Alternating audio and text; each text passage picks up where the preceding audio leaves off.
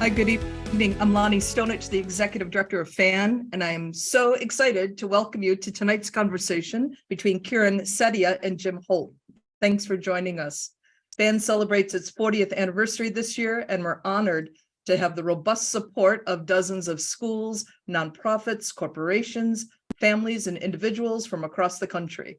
We're committed to our vision of an informed and compassionate community, and will achieve that vision by presenting fresh ideas that elevate minds, expand hearts, and make the world a better place.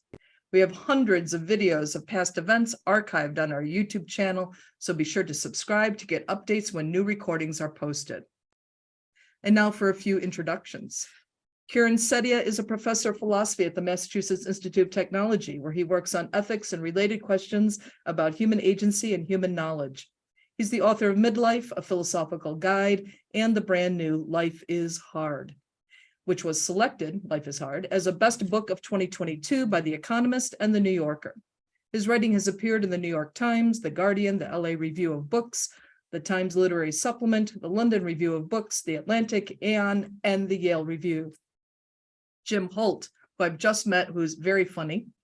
I like Jim Holt, is the author of the 2012 book, Why Does the World Exist? Good question. Maybe he'll tell us, an international bestseller that has been translated into 20 languages. He is also the author of When Einstein Walked with Gödel, Excursions to the Edge of Thought from 2018, and Stop Me If You've Heard This, A History and Philosophy of Jokes from 2008. A longtime contributor to The New Yorker, the New York Review of Books, and the London Review of Books. He is currently at work on Living, Theory, and Practice. That's a book title, not just a statement. And now let's welcome Kieran Setiya and Jim Holt. Sure. Yeah. Hi. Good to be here with you, Jim. Yeah, great to be here. I want to say I've read this book not once, but twice. The first time I read it in some trepidation because I was asked to write a quotation for the back cover. And I thought, what if it's not any good?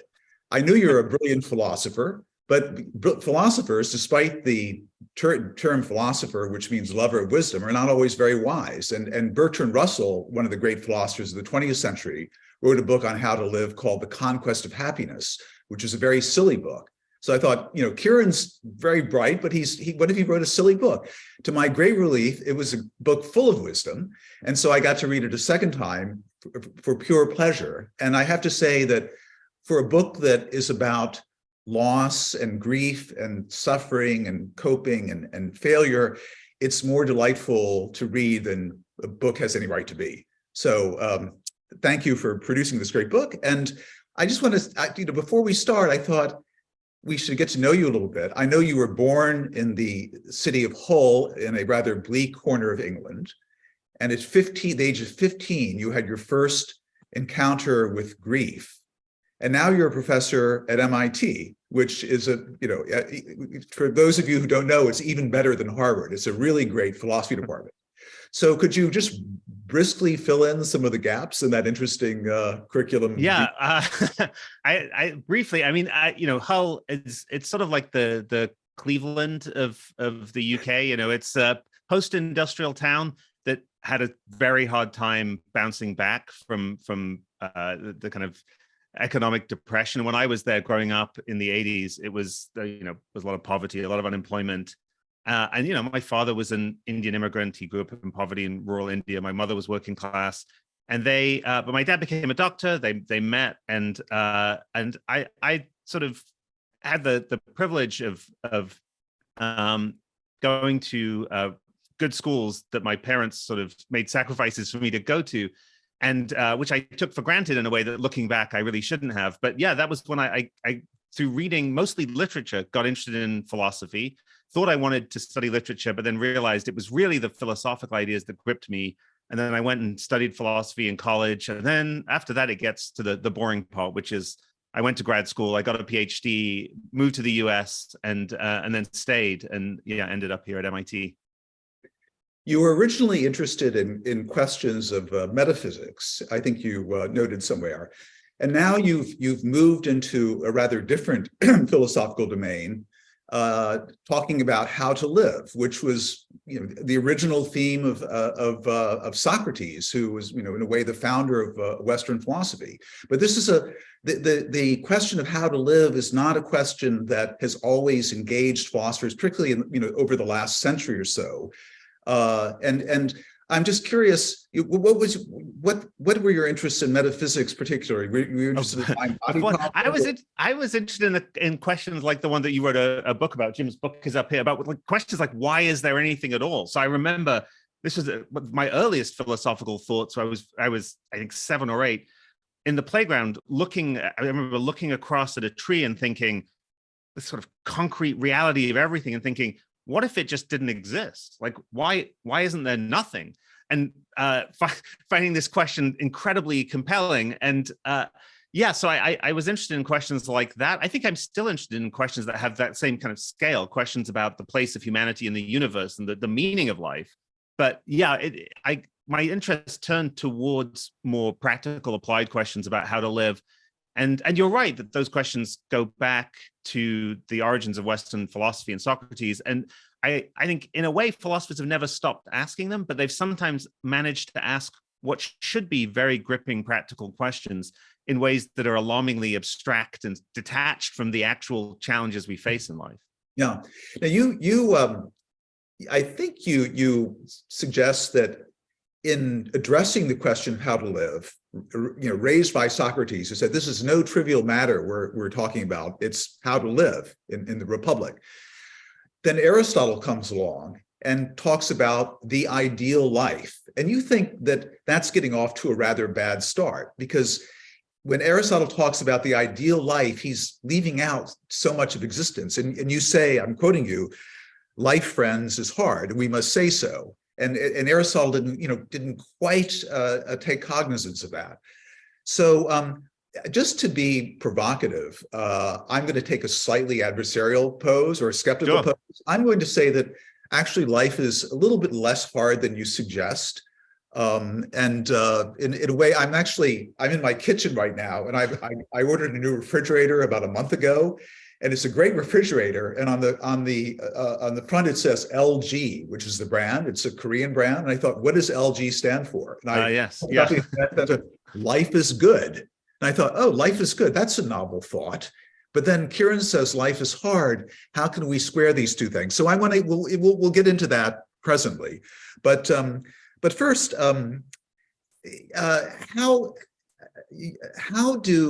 how do you see the problem of living? I mean, Aristotle said the problem of living has to do with coming to understand what we ultimately want out of life, and then knowing how to get that. And so these days, if you look at the field of positive psychology, which is the psychologist's attempt to tell us how to live, they say what we all want is happiness. And so all of our desires point to that final goal, and we can sort of scientifically tell you what happiness is. It's a certain kind of feeling. They call it that "you know what I mean" feeling, and they can tell us the causes and conditions of happiness. So if we pay attention to the positive psychologist, that should be enough to tell us how to live. Now, as a philosopher, I'm guessing you're not happy with that simple view of how to live. Yes, I'm not happy. Yeah, exactly. It's the right choice of word. I mean, I do think that there's a way in which it's very distorting to focus on happiness, precisely because happiness is a state of mind. So philosophers often appeal to kind of kooky thought experiments to make this point. They imagine riffs on the Matrix where you say, look, you could be plugged into a simulation, not know that nothing you're experiencing is real, that you're not really interacting with anyone, that the whole thing is fake, but be fed a stream of experience that leaves you feeling totally happy. You're perfectly happy there, but you're not living a good life. You're barely living a life at all. You're not engaged with reality in the way that living well demands. And so there's a kind of fundamental distinction between just the mental state or feeling of happiness, which self-help books and so on often, and positive psychology often focus on, and the idea of living well as a kind of engagement with other people in the world that I think really, when we're doing kind of ethics in the broader sense, asking how to live, it's this broader question that we're asking. And it's not that happiness doesn't matter, but ideally it's a byproduct of having engaged with other people and yourself in the kinds of ways that you actually should. Right. So when you ask ordinary people what they want out of life, and there are psychologists, there's a psychologist you probably know about him named Roy Baumeister, who about 10 years ago conducted a sort of a serious research in how ordinary people think about how they live their lives. And people say they want to be happy, they want a happy life, but they also say they want a life that's meaningful. And when you listen to how they talk about happiness and meaning, it quickly becomes apparent that these are two distinct things, and they often come into conflict. For instance, if you want a meaningful life, spend more time with your family. If you want a happy life, spend more time with your friends. If you want a meaningful life, be a giver in your social relations. If you want a happy life, be a taker, and so forth. And so I think that's a really interesting way to clarify the problem of living, to think about those two master wishes, if you will. And it kind of makes sense. I'm going on way too long. I'll let you talk, but it kind of makes sense because our own nature, why should we have dual goals, happiness and meaning? Our own nature is a dual nature. We're rational animals, as Aristotle told us. And so we have an animal nature that wants to be happy, and a rational nature that wants to have a meaningful life, that wants to construct a self and an identity. And so I'm just laying this out as a way of thinking about how to cope with adversity. So adversity, on one hand, makes us unhappy, failure, loss, pain, and so forth. But on the other hand, it has the potential to enrich our life and make our life more meaningful.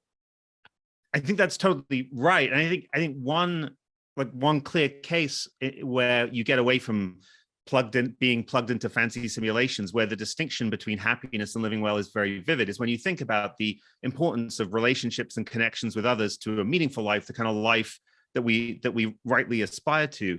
That there's no way to really have that without experiencing grief. That grief is part of loss, is part of loving relationships. And the pain of loss, while in a certain, there is an unhappiness to it. It's clearly not a kind of unhappiness that most of us would think, well, I wish I could just be anesthetized. I wish when my loved ones died, I felt nothing and could just get on with things the next day. That's a case where you don't need to be thinking about kooky philosophy to think, yeah, happiness is important, but what I want sometimes involves a degree of unhappiness. And that's also, if returning to the question of whether life is good. I think in many ways life is good. I'm not really a pessimist about life, but I think some of the ways in which life is hard are profoundly connected with things that are meaningful in life, and that they're not hardships that, as it were, we'd be better off without. Right. So let's just think about happiness a bit more, and how adversity and failure and pain and loss can affect our happiness. So what we've learned from positive psychology is three big things. One is that about 50 to 80% of the variation in our happiness is determined by our genes. And this is known from twin studies and other scientific studies. And so each of us has a kind of a happiness set point. And oddly enough, our objective circumstances don't seem to make that much difference in how happy we feel. How rich you are, for example, you'd think that if you won the lottery, you'd be happy, but rich people, as long as you have a decent income, you're going to be pretty happy. And in fact, the poorest people in the slums of Calcutta who've been surveyed, homeless people and so forth, sex workers, say, despite the fact, the circumstances of their life are just horrible, they're actually reasonably happy. So that's an interesting discovery. And then the third thing is that when we're trying to decide how to live our lives, we are really bad at predicting the consequences of our voluntary choices for how we're going to feel in the future. We kind of, it's called, a problem in hedonic forecasting. We try to imagine how we'll feel if we take a certain path through life, and it turns out very different. And so to your theme, adversity, one of the things that we tend to get wrong is that we think that when bad things happen to us, this will lead to a terrible, period of intense distress. And what we discover is that humans are equipped with this amazing apparatus of shock absorption, this sort of psychological immune system. And when terrible things happen to us, we bounce back to our happiness set point very quickly. So this is what I'm trying to give a sort of a pushback against your thesis that, we maybe fear the future a little more than we ought to, because we don't imagine how quickly we can snap back from even terrible events in our lives. No, I mean, I think that this is right. I mean, it connects with some of the hardships I talk about are ones where part of what we want is to understand at a kind of deeper philosophical level whether the kinds of patterns you're describing make sense. So, I mean, grief is one case where there's a lot of evidence that people recover from grief much more rapidly on average than they anticipate, although some people have prolonged or complicated grief. And there's a kind of puzzle because often they then feel bad about it, or they feel a kind of guilt or kind of anxiety that they're not properly responding to loss. And that's a case where I think, understanding that grief as a process in which a relationship it sort of changes, a relationship with someone continues, but is refigured, is a way to see why, what's happening does not involve as much devastation as it might initially seem. And people often will say, it's like the person you love, it's as if, they're still there in the past in the same way they might still be there far away if you're not able to see them.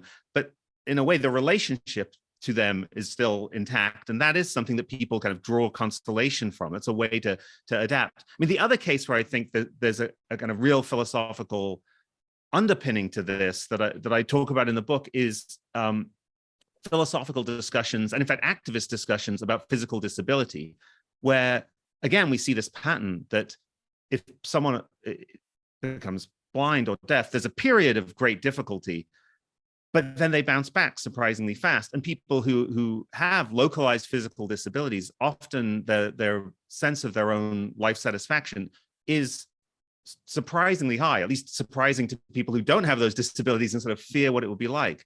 And I think part of what Kieran, I just heard upset when you said bounce back very quickly. The kind of average period of bouncing back is actually something like 8 weeks. If somebody has a terrible accident and becomes paraplegic or quadriplegic, 8 weeks later, their positive affect, feeling good, kind of rises above the 0 level, which is it's amazing. Yeah. I mean, and I think this is a case where, I mean, part of what's going on, I think, is it has to do with something that Aristotle, going back to Aristotle's vision, which is there's really one kind of life that's the life you ought to have. That's the ideal to aim for, is a very misleading way to think about the good life. The good life is really, we should think of it as pluralistic. There's just so many different good things in life, so many different ways to have a good enough life. And every one of us is limited in which of those things we engage with or we can draw on. We all have limitations, and localized physical disabilities are like that. There's a kind of range of good things in life you no longer have access to, but there's this immense array of other good things that you still have access to, and people are remarkably good at finding value in and drawing satisfaction from some of the other range of things that they're still able to do. And I think that's both important in understanding why we should trust the testimony of people with disabilities who say, I'm still able to live a worthwhile life. I'm still leading a good life. We shouldn't think, oh, it's just adaptive preference where you just sort of get used to the terrible kind of conditions you're in. But also, I think, helps us to understand the part of what's going on in the disability activist slogan, that disability is a kind of social political problem, because it's when the limitations that come with a disability or physical disability are localized, there's plenty of room to sort of adapt to and get access to other good things. It's much harder when, say, that disability sort of prevents you from having access to lots of other things. If you can't, because you're in a wheelchair, you're not able to get access to education or get a job or go to art museums. Then the kind of knock-on effects of disability become much more kind of systemically sort of challenging. So I think that's a case where the message of my book is in a way like consistent with the optimism you're describing. I'm really just trying to understand what way of thinking about what's good in life helps us to make sense of that. And it really is the idea that we never have everything. What we always are aspiring to is not the Aristotelian like ideal life, but a good enough life with enough good things in it. And that's the kind of realistic goal that we should aspire to.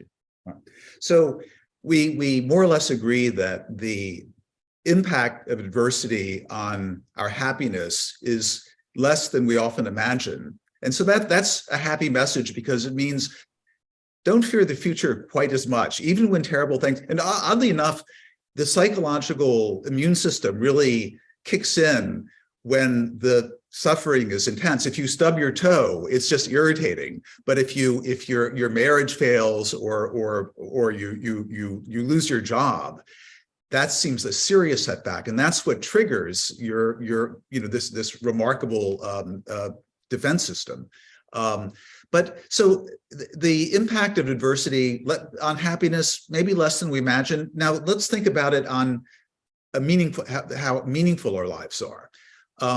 There's a psychologists talk about something they call the adversity hypothesis, and the idea is that to really grow and develop as a human, you pretty much have to have a good helping of adversity and suffering in your life. And they, for several reasons. One is that it sort of changes your self-concept. It shows you what you're able to cope with. It deepens your relations with other people. Hearts are open to each other. And also it jars your priorities and kind of enables you to sort of reboot, your structure of values. And so, so it looks as though that, suffering and adversity also has, if it doesn't harm our happiness that much, as much as we imagine, and it has a good impact on how meaningful our lives are, we should, we should, for that reason, be less fearful of it, and not, and realize that, there's a positive side to it. It plays a role in a meaningful, rich life. I think that's right. I mean, there's some of that. Altruist, by the way. I just realized. No, well, I think there's. I think there's things I would add to that. I mean, one is I think there's a danger of sort of overstating it, the data you just described, and thinking, well, it's always going to work out for the best, or there's always some kind of silver lining to dealing with adversity. And I think that isn't true. But also, I think there's a kind of important, like, one way to think about that is just, as philosophers say, instrumental. Let's say just in terms of the effects of adversity on what happens to you later. I think there's a kind of a contribution of philosophy here that is very important to me, which is the importance of sort of reflecting on and taking seriously the kinds of difficulties we go through. So I think one kind of a good response to the kind of consolation you're describing is to think, instead of being, as it were, afraid from and flying from affliction, I should feel like, okay, this is interesting. What's going on? And I'm only going to really be able to make sense of what I'm going through that's difficult, or what someone else is going through that's difficult, if I'm able to sit with it and pay attention to it without the kind of fear that makes me turn away. And that kind of attention of really understanding, what is going on in loneliness, or why pain is so difficult to cope with. That kind of attention, I think, is both consoling in itself, a kind of form of solidarity or communion with others, but also I think it's part of how you make something out of suffering. It's that in really paying attention to it, you're able to learn from it. And if you are afraid of it, if you kind of turn away from it too quickly, you won't be able to learn in those ways. And again, this is sort of part of, there are kind of philosophical visions of how to live, which focus too much on the ideal, that seem in a way phobic about adversity. And there are also kind of popular culture resonances to that. There, if you look at the online influencers who are all about living our best lives and portray themselves as living their best lives on Instagram, part of what they're doing is creating an unrealistic ideal. And part of what they're doing is sort of phobically avoiding the difficult parts of life, when that phobia isn't, as you're pointing out, really warranted. Mm-hmm.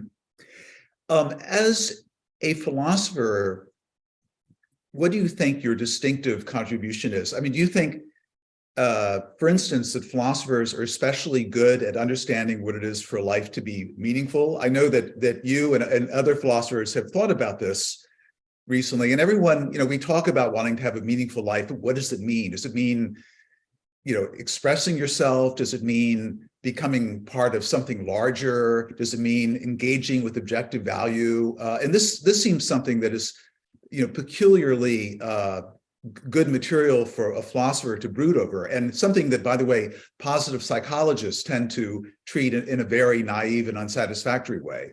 Right. And so I think that would be one contribution you as a philosopher could make. Philosophers are good at analyzing concepts, among other things. But how do you see your distinctive contribution as a philosopher, as opposed to a minister or a psychologist or a novelist? I mean, I think the lines between philosophy and, say, what a minister does or what a poet or a creative writer does, for me, are blurrier than they are for some philosophers. So I think one thing philosophy does is sort of theoretical. So we can articulate, for instance, the distinction between just feeling happy and living well, or living a good enough life and the unrealistic ideals that we shouldn't be, it's futile to aspire to. So there are kind of theoretical structural contributions like that. We can talk about the ways in which living well involves engagement with the world and with other people, that it's not just about about me, it's about how I deal with other people. And those are kind of structural things that are insights that I think philosophy can bring. But I think they're in a way limited, because the real challenge, the real kind of answers to, or kind of ways of dealing with challenges like loneliness or grief are specific to loneliness and grief. There isn't a kind of formula that we can just apply to all of them. So for me, a very central part of philosophy is a kind of attentive, kind of theoretically rich description of actual experience that tries to bring out what's going on in a way that orients us towards it.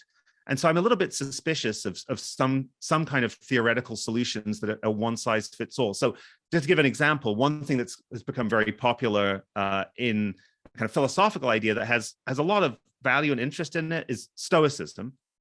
But often what you get, if you look at contemporary Stoicism, is a kind of slogan, if you can't change it, detach from it. And if you can, do something about it, all problems solved. And I think this is both simplistic and also just, it ignores some of the ways in which railing about even what we can't control, like grieving the dead, or fury about injustice, even when we can't do anything about it, are part of our integrity in responding to difficulty in the world. So that's just one example of a kind of overreach, I think, by a certain kind of philosopher who thinks a simple theoretical slogan is going to do more than it can. So for me, that's part of what philosophy is going to do, is that theoretical clarification, but kind of diving into the weeds and just trying to describe difficult experiences is very much part of it. And that's one way in which, one reason why my book is quite personal. I talk about my experience with chronic pain. I talk about my experience of loneliness, a little bit about my experience of grief or failure.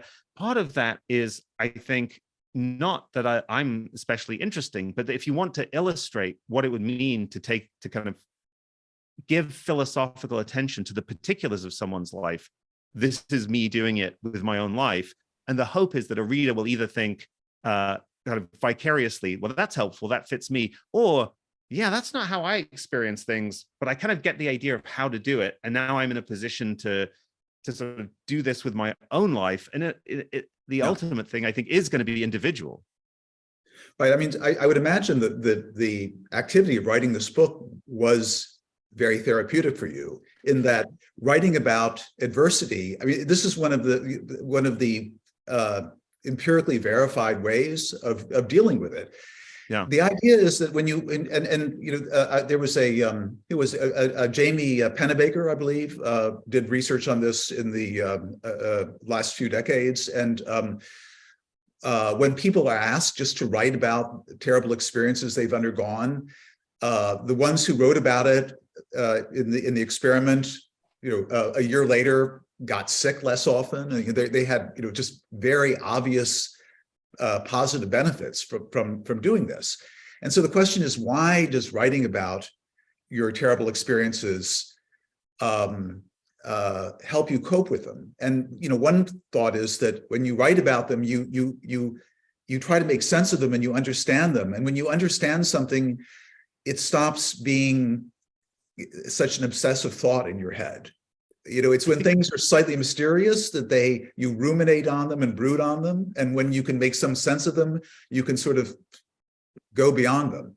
And the other is that in writing about it, you realize that the suffering that you thought was kind of unique to you. I mean, somehow, everyone undergoes adversity, but the kind of adversity that I've been subjected to is it's just extraordinary. In writing about it, you realize that this is the adversity that all of us are going through. And so you have sort of come, it's not you who've been singled out by the cosmos. These are how it's supposed to be therapeutic. You obviously wrote this book as an intellectual contribution, but I guess the therapy you gave yourself was just a nice fringe benefit. Yeah, there's so much there that I think is really, exactly. It's so it's so much I want to say about that. One thing is, I think that moment of connection is very important to me. I remember, so I have chronic pelvic pain, which it is what it sounds like. It's like one of those conditions where you can name the symptom and then they're like, I don't know what to do about it. And I remember there was a moment when I was realizing this was chronic. It was not really treatable. At some point, I'm feeling really bitter and angry. And I remember sitting and just watching people outside the clinic walk by and thinking, with this sense of deep envy and anger, you don't know how good you have it not experiencing physical pain. And then there was a beat and I thought, I have absolutely no idea what any of these people are going through. They could have lost a loved one. They could be experiencing poverty. I have no idea. And they have no idea what I'm going through. And it was the moment you're describing of sort of recognizing that the sort of solidarity of suffering, even when the kind of suffering you're experiencing might be quite different from what other people are suffering. That's one thing I think is happening here. Another thing that I thought it was interesting that you're pointing to, that was part of my experience in writing the book, was I wrote it thinking, look, writing about an embarrassing condition like pelvic pain and needing to urinate all the time and all this kind of stuff, I was like, well, it will reduce embarrassment for other people. There's a kind of communicative side to that. And I thought that will be therapeutic, to communicate and think I might be helping other people. And I was surprised by how much in the process of writing the book itself, before I had communicated with anyone, I was already feeling better. And I think what you're describing is a very big part of that, is sense making, is just being able to have an articulate story about what's happening. Reduces, it means that although it's bad, there's a sort of, the fact that you can't make sense of it, you don't even know what's going on, adds insult to injury, as it were. And at least the insult can be remedied to some extent. There's also final thing that I feel like I can't quite articulate, but it's I think reminds me of this idea in Plato, ancient Greek philosopher, teacher of Aristotle, was very suspicious of writing. And one of the ways in which he was suspicious of writing, as opposed to speech, was that speech is sort of live, active, it keeps it in your mind. Writing, when you write stuff down, it's sort of at a distance from you, and it doesn't stay live in your mind in the same way. And I think, well, that might be part of the therapeutic value of writing. There's a sense in which I have now rendered the difficulties I was experiencing a kind of external fact that's just sitting out there, and it doesn't need to be processed in the same way anymore. So I do think that there's sort of several levels to which writing about difficulty can be valuable for people.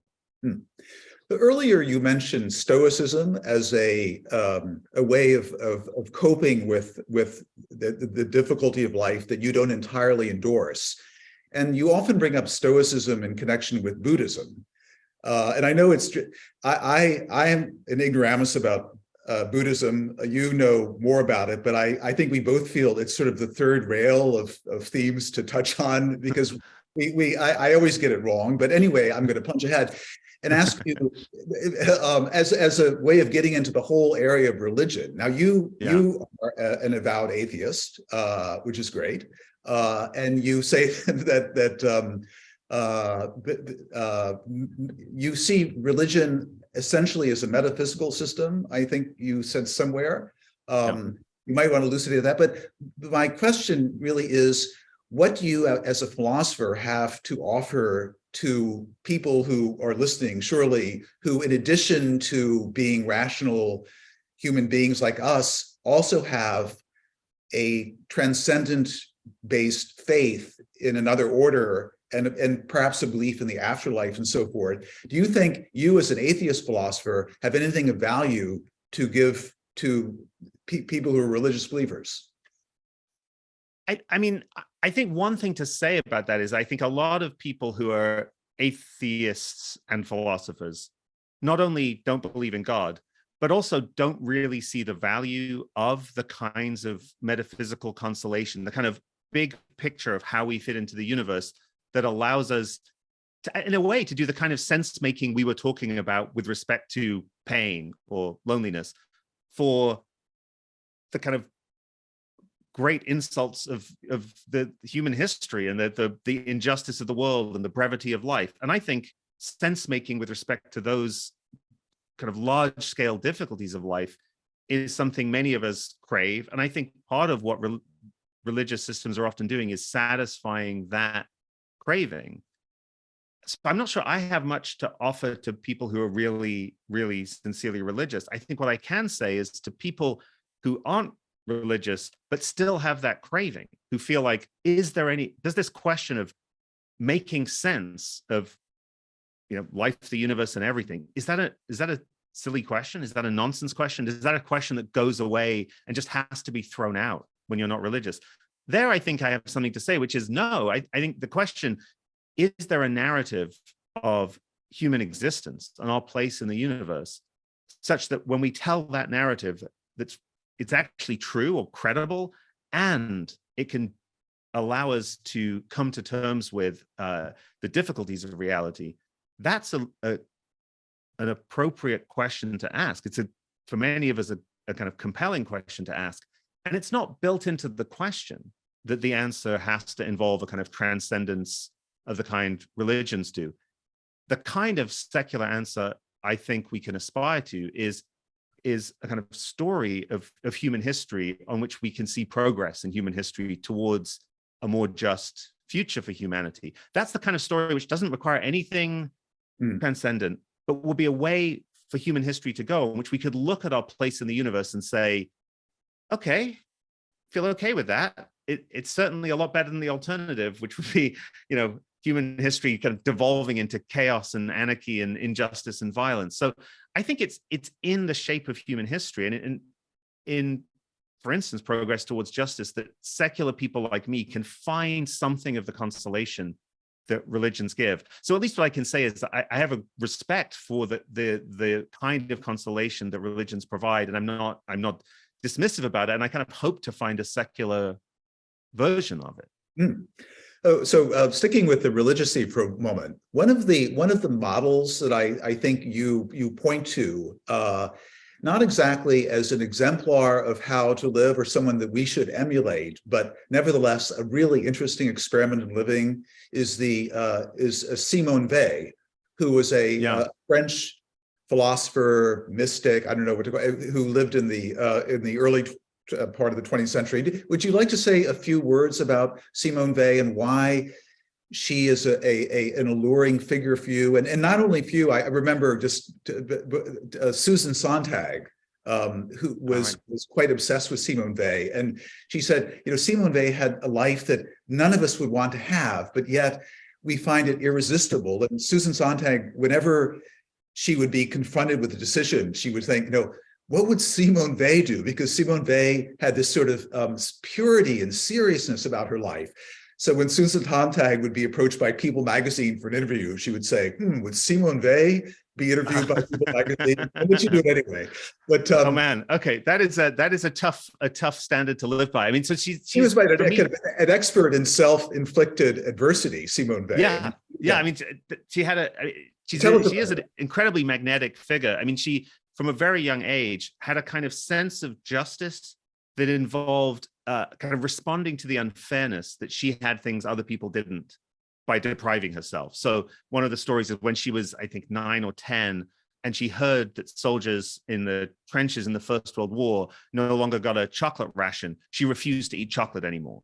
And she did the same thing during the Second World War. She had a kind of solidarity with people who were suffering or in poverty that involved not only depriving herself, but making enormous sacrifices for political action, to educate the poor. It's one of her plans when she ended up in London during the Second World War, and one of a plan she proposed in all seriousness was to lead a troop of nurses who would be dropped down into the trenches and then help soldiers in need. And it was like this kind of suicide mission, but she was absolutely serious about it. And for me, part of what Simone Weil represents is a lot of us have the sense that like there's injustice in the world and we should do something about it, and we feel powerless. And one thing looking at Simone Weil does is give you a sense of, well, okay, here's one model of what it would mean to take on responsibility for the injustice of the world.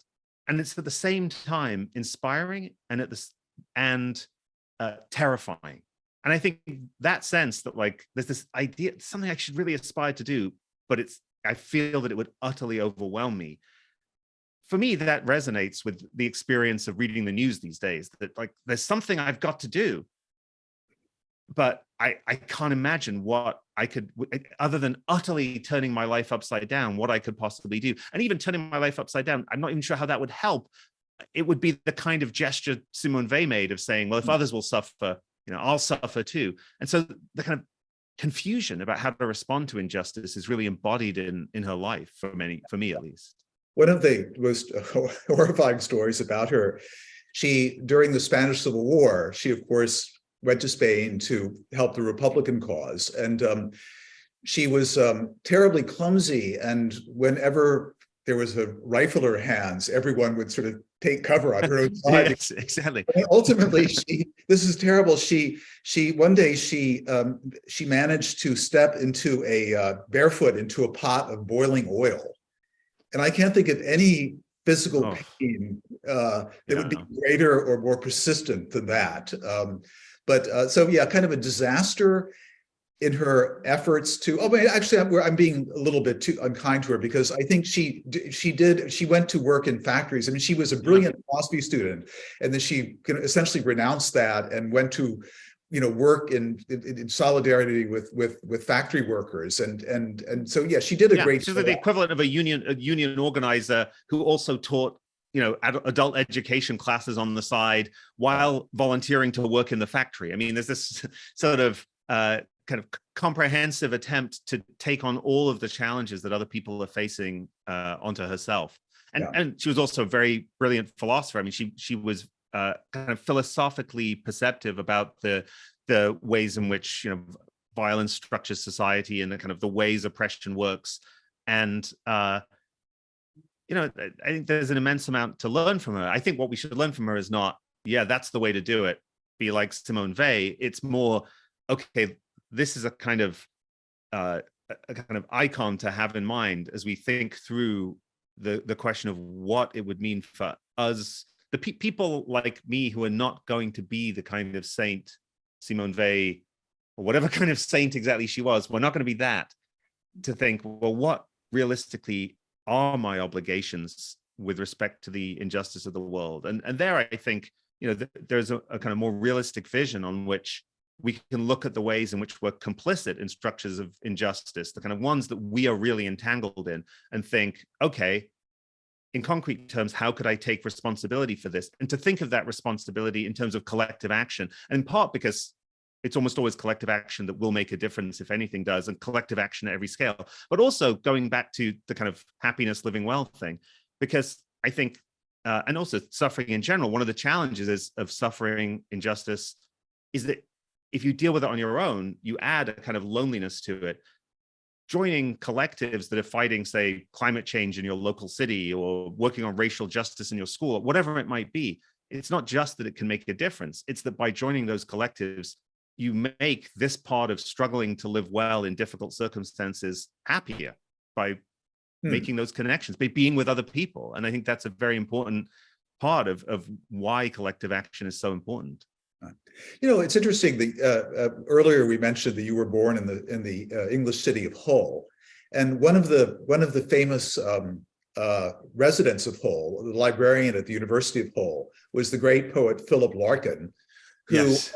who made adversity and suffering and loneliness the great theme of his poetry. He once said, deprivation is to me what daffodils were for Wordsworth. And in many ways, I just read a biography of him a few years ago, and this is a life. He saw himself, even though he was the greatest poet of his time in England, and actually turned down the position of poet laureateship. He thought of his life as a failure, and it was a failure for many reasons, but one of them was he could never decide to embrace happiness. He could have married one of the women that he loved, but he always chose deprivation, loneliness, and so forth. And I thought there's something. This is a very kind of provincial American attitude, but there's something distinctively English about that. It's kind of okay to be a failure in England in a way that it's not okay to be a failure in the United States. And I think I'm very sympathetic. I've had a lot of failure in my life, and I think that something should be said for failure. That you can fail outwardly, a lack of efficacy in life, but if you constitute yourself inwardly in a harmonious way, if you get your values in order to cohere and so forth, you've achieved something fairly great existentially. And I know one of the questions that was posed by one of our viewers or guests here, which I think I'll read now if I can get my cell phone on, goes to this very theme. This is from Mary C. in Wilmette, Illinois, and she asks, how do we reconcile our humanity and weaknesses honestly with our desire to strive to be the best, to find our flow? This is especially important in the hero worship culture we live in. Our culture gravitates to celebrating the best, and there's something wonderful about it. What about most humans who aren't, quote, best in class, unquote? What should we be striving for? That's a hard question.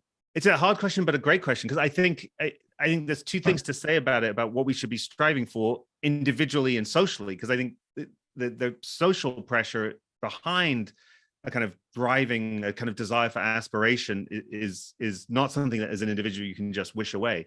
I think part of what is structuring our lives there is a kind of sense of ourselves as the heroes of our own Hollywood movie, this kind of idea that there's a narrative that defines us, and that the narrative becomes your identity, and to fail in the big project is to be a failure. I don't know if this is how Larkin saw his life, but the more you think that there's a thing I'm supposed to be doing, this is the thing, you've put yourself in a position where you risk a kind of life-defining failure. But it's not just that you risk failure, because even if you succeed by defining yourself by one single kind of line of achievement, you kind of blinker yourself from all the little connections and relationships in life that actually, for most of us, make up what is a good enough life. I think the other side of this is about what we should be striving for is social and structural, which is what we should be striving for is to kind of relieve the social pressures that make people feel like, unless I am a success, I should feel bad about myself. Partly because it's sort of monolithic in this way, and partly because almost always the terms of success that are forced on us by society are things like financial success. They don't allow for a kind of freedom for us to even think about our own projects in the way I think it will be good for us to be able to do. So one thing to strive for is kind of push to change the kind of social structure that makes that kind of success so crucial. And this is part of why lefties like me think things like the kind of robust welfare state matter, because if the cost of financial failure is somewhat buffered, people have a kind of freedom not to conceive everything in their life as staked on career success, this one thing that has to happen, because if it doesn't, the entire kind of safety net falls away. Right. Now, speaking of career success, you are opposed to there's a sort of a fashionable strain of thought and philosophy that says the way we construct a self is through narrative. We tell a story about our life that links up our remembered past and our perceived present and our anticipated future into a kind of satisfying narrative arc. And this is one way in which we constitute a self, we build a self. And you're a little bit opposed to that. And I know in your previous book about midlife crisis, you I don't remember precisely what precipitated your midlife crisis, but maybe unhappiness with the narrative that you had constructed for yourself, and maybe this had something to do with your suspicion of narrativity. But there are other philosophers who also say, don't think of your life as a story. Don't try to unify past, present, and future. Because you can live, each day as a new self.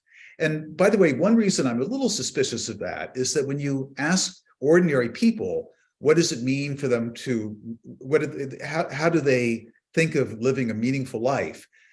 For them, it means thinking about the past and thinking about the future and making it consistent. So living in the present makes you happy.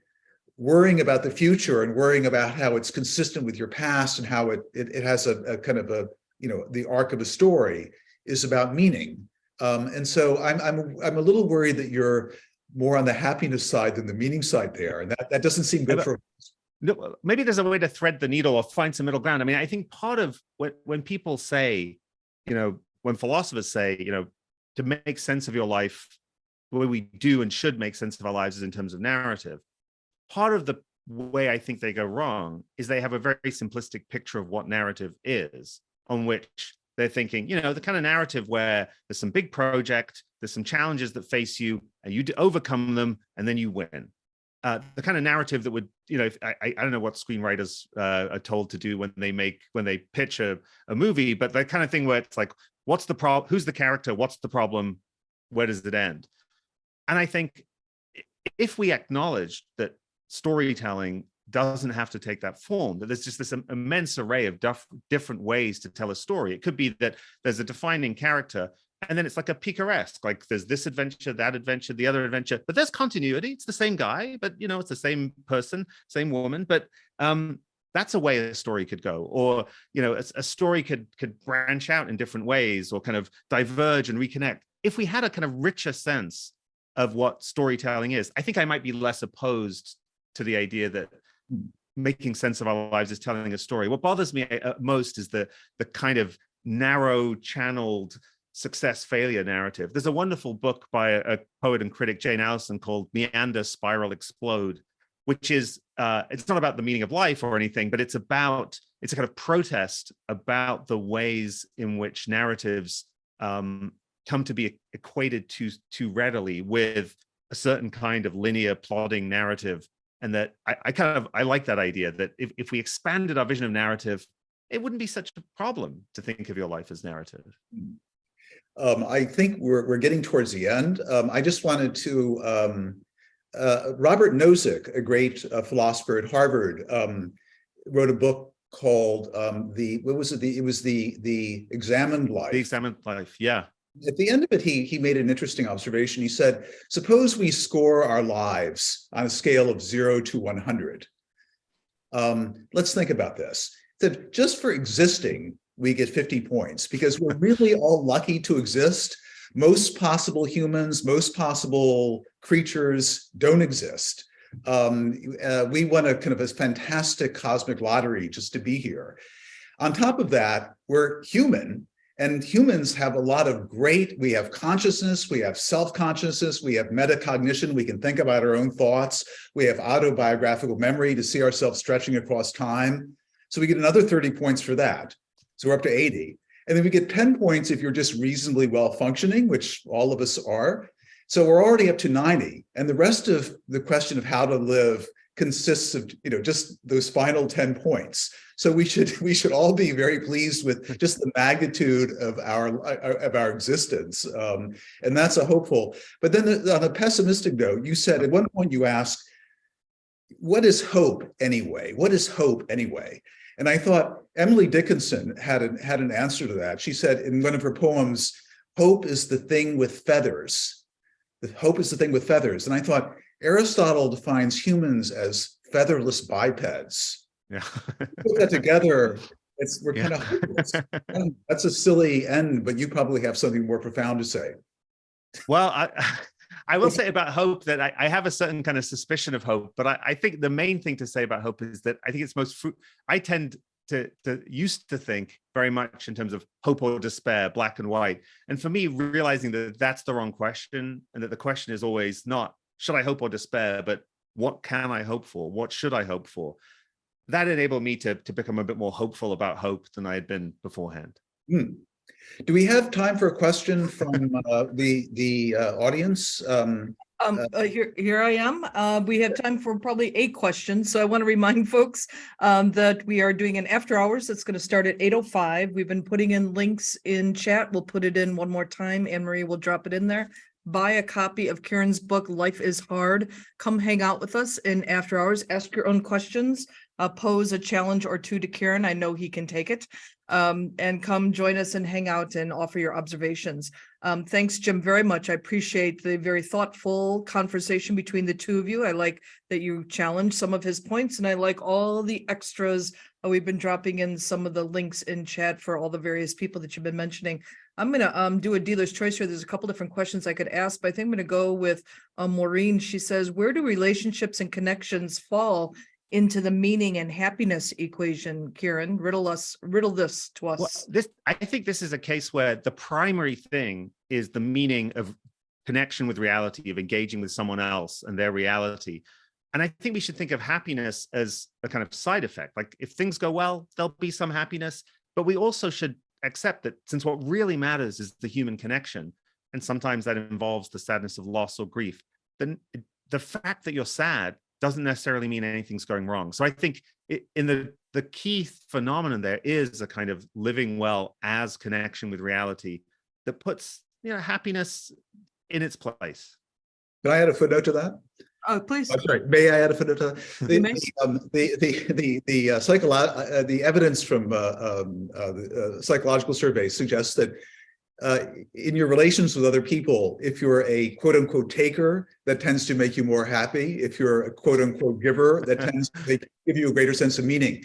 If you're a giver, it also makes you a little happy because thinking your life is meaningful kind of goes back. The backward arrow gives you some backdoor happiness, but it basically it's better if you just want to be happy. Just hang out with your friends and exploit them and never pay for your round of drinks at the bar. And if you want a meaningful life, work in the soup kitchen. And I think Kieran would agree that ultimately it's more important to have a meaningful life than a happy life, because meaning is about flourishing according to our rational nature, and happiness is about flourishing according to our animal nature. And I go for the rational nature every time. Kieran, do you sign off on that? I think we agree on that point. Yeah. Okay, good. I'm going to squeeze in one quick question for you, and I know I told you we're going to stop at 8. It might be 8 and 30 seconds. Okay. I want to know, do you view that all sorts of adversity are equal? No, I mean, Some I adversity think worse than other adversity. Oh, absolutely. I mean, I think both within loneliness, some people experience profound loneliness, others, this is a kind of occasional mild thing. And also, I think the some kinds of adversity, like grave injustice, have a kind of significance that the pain of one individual, however difficult it is, doesn't have. So yeah, I definitely don't think they're all equal. That's part of why I think the right way to approach them philosophically is not one size fits all. Like, here's my slogan, now just apply it to whatever. It's the way my book is structured is there's a chapter on infirmity, a chapter on loneliness, a chapter on grief, and each has its own unique, distinctive nature. Exactly. That's as I thought. Now we will end. We're at 8 o'clock, so I kept to my schedule. Thank you everyone for coming. Jim, we hope to maybe see you at after hours. If you decide you want to come, hop in. I think your link is in your inbox right now. Thanks everyone for coming. We hope to see you next week when we host Paul Bloom. That's going to be a fascinating conversation as well.